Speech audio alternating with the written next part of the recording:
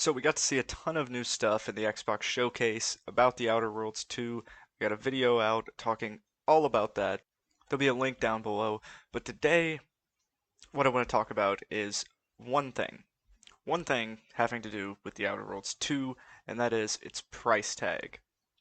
The absolutely crazy and massive price tag of $80. Now, to put this in perspective, Baldur's Gate 3, one of the greatest games ever made, is $70. So, what Microsoft is telling us is that The Outer Worlds 2 is going to be worth more than Baldur's Gate 3. The Outer Worlds 2 looks good. I really think it's going to be a great game. The people behind it are all great developers. And from what everything they've showed of the game so far, it really looks like a big step up from the first game. It looks like they're taking all the right lessons from the first game into the second. But this $80 price tag is not going to do them any favors. Obviously, it's also going to be out on Game Pass, and so it seems like this is going to push a ton of people to Game Pass. But what I think this also means is that if you don't have Game Pass, you're not going to be playing The Outer Worlds 2. I just can't see many people at all paying $80 for this game.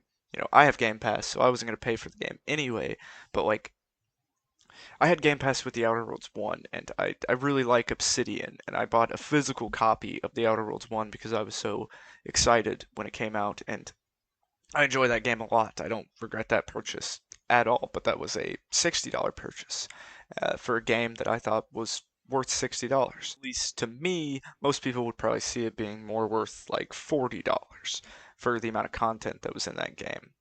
But for The Outer Worlds 2 to be priced at $80 is just crazy.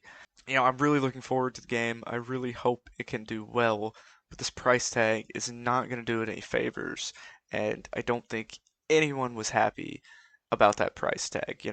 All the positive stuff that came from that Xbox showcase, all the positive stuff we got from The Outer Worlds 2, cool looking trailers, you know, the game itself just really seems like a big step up, but $80 is just too much, man. I really can't see anybody paying $80 for this game. I know the original game sold well and was pretty popular, but I mean, it's just too much. It's just too much. I don't know what Microsoft is thinking.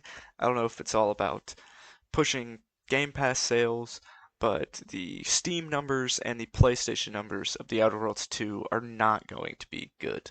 They're going to be similar to Avowed, if not lower.